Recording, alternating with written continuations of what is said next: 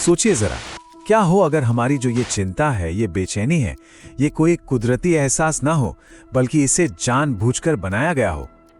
आज हम इसी कह सकते हैं एक चौंकाने वाले आइडिया को समझने की कोशिश करेंगे कि कहीं हमारी ये परेशानी एक सोची समझी चाल तो नहीं। ये एक बहुत ही अजीब बात है ना, कि हम इतिहास के सबसे अमीर समाज हैं। मतलब हमारे पास वो सब कुछ है जो पहले की पीढ़ियों ने कभी सोचा भी नहीं होगा। फिर भी हम ही सबसे ज्यादा दुखी, सबसे ज्यादा चिंतित और कर्ज में डूबे हुए हैं। आखिर ऐसा क्यों है? ये जो थियरी आज हम देख रहे हैं वो इसी सवाल का जवाब देने की कोशिश करती है। और देखिए, यहीं पे ये थियरी अपना सबसे बड़ा, सबसे कह सकते चौंकाने वाला दावा करती है। इसके मुताबिक ये जो चिंता है ना, इसे जानबूझकर पैदा किया गया है। क्यों? ताकि लोगों की सारी एनर्जी, उनका सारा ध्यान एक खास दिशा में लगाया जा सके। मतलब ये सिर्फ एक फीलिंग नहीं है, ये एक औजार है। तो सवाल ये उठता है कि अगर चिंता वाकई एक औजार है तो इसे इस्तेमाल कैसे किया जाता है? आखिर ये होता कैसे है? चलिए अब उन 3 तरीकों पर नजर डालते हैं जो इस थियरी के हिसाब से इस पूरे सिस्टम की बुनियाद हैं। इस थ्योरी के मुताबिक ये 3 पिलर हैं। पहला, लोगों को ये यकीन दिलाना कि वो पूरी तरह आज़ाद हैं।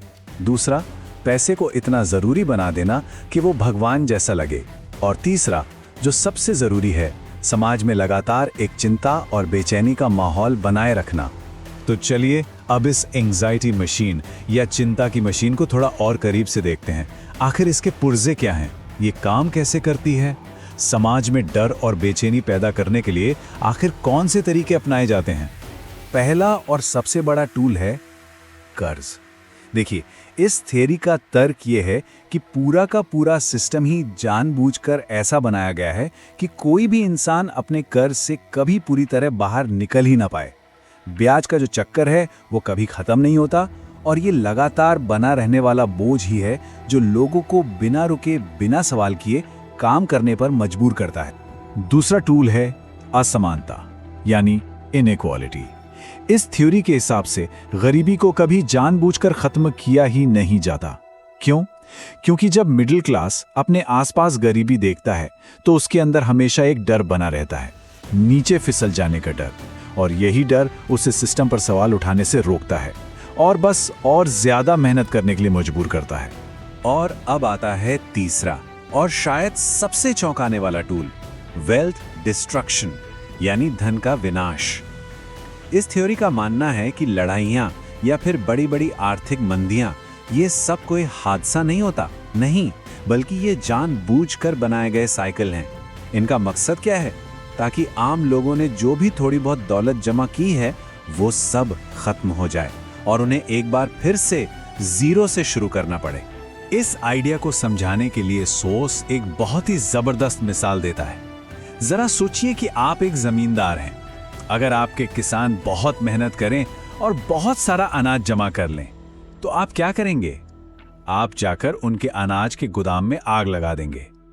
ये रूपक, ये मिसाल यही दिखाती है कि कैसे लोगों की संपत्ति को खत्म करना उन्हें हमेशा व्यस्त और काबू में रखने का एक तरीका है, ताकि वो कभी भी पूरी तरह आत्मनिर्भर ना हो पाए।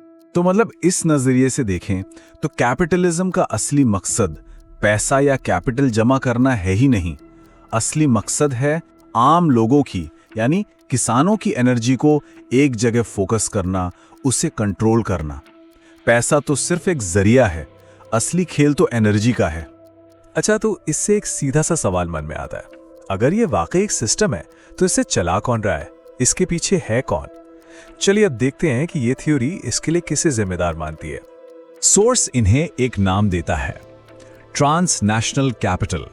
मतलब एक ऐसी ग्लोबल एलीट क्लास, एक ऐसा अभिजात वर्ग जिसकी वफादारी किसी देश, किसी समाज या किसी संस्कृति से नहीं है। उनकी पहली और आखिरी वफादारी सिर्फ और सिर्फ अपनी पूंजी, अपने पैसे से है, और वो अपने इस पैसे को बचाने और बढ़ाने के लिए दुनिया में कहीं भी जा सकते हैं। और यहाँ ये थ्योरी इन 2 ग्रुप्स के बीच सोच के एक बहुत बड़े फर्क को सामने रखती है। एक तरफ हैं आम लोग, यानी किसान वर्ग। इन्हें क्या चाहिए? एक सादा जीवन, परिवार और ईश्वर में आस्था। दूसरी तरफ है जमींदार यानी इलीट क्लास।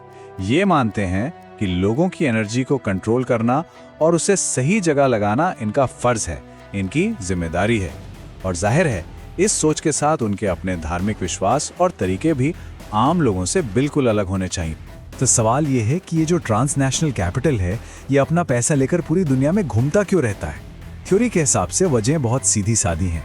उन्हें कम टैक्स देना है, किसी भी तरह के सामाजिक झगड़े से बचना है और बस अपने पैसे के लिए बेहतर से बेहतर निवेश ढूंढना है। और दुबई, हांगकांग या सिंगापुर जैसी जगहें इनके लिए एक सेफ हेवन, एक सुरक्षित ठिकाना बन जाती हैं, जहां ये अपना पैसा रख सकते हैं।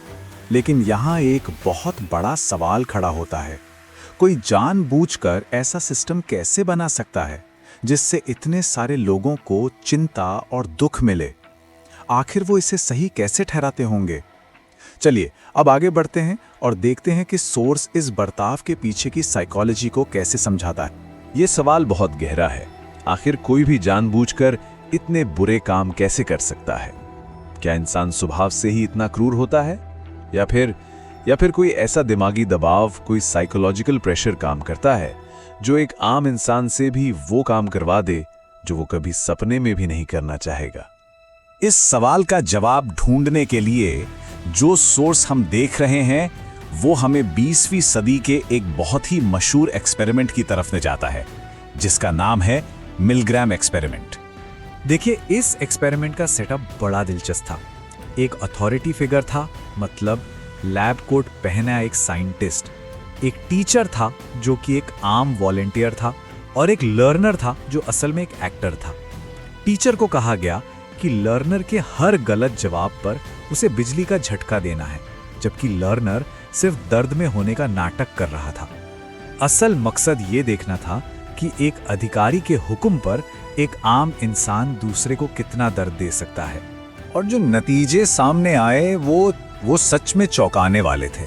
ज्यादातर लोगों ने बिजली के झटके देना जारी रखा, उस लेवल तक जो जानलेवा हो सकता था। और ऐसा इसलिए नहीं था कि वो बुरे लोग थे, नहीं, बल्कि सिर्फ इसलिए क्योंकि उन्हें एक अथॉरिटी फिगर, एक बड़े अधिकारी ने ऐसा करने का हुक्म दिया था।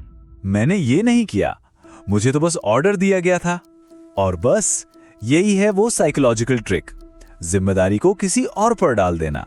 जब किसी को लगता है कि वो तो सिर्फ हुक्म मान रहा है, तो वो अपने काम की पर्सनल जिम्मेदारी लेना बंद कर देता है। ये सोच एक मजबूत ढाल की तरह काम करती है। और ये सारी बातें हमें आखिर में एक बहुत ही जरूरी सवाल पर लाकर खड़ा कर देती हैं। जो थ्योरी हमने आज देखी, उसकी रोशनी में हमें ये सोचना होगा, जब हमें चिंता होती है, जब हम बेचैनी महसूस करते हैं, तो क्या वो सिर्फ हमारी एक पर्सनल फीलिंग है, या फिर हम एक बहुत बड़े सोचे समझे सिस्टम का हिस्सा हैं जिसे हमारी एनर्जी को कंट्रोल करने के लिए ही डिजाइन किया गया है? ये एक ऐसा सवाल है जिस पर सोचना बहुत जरूरी है।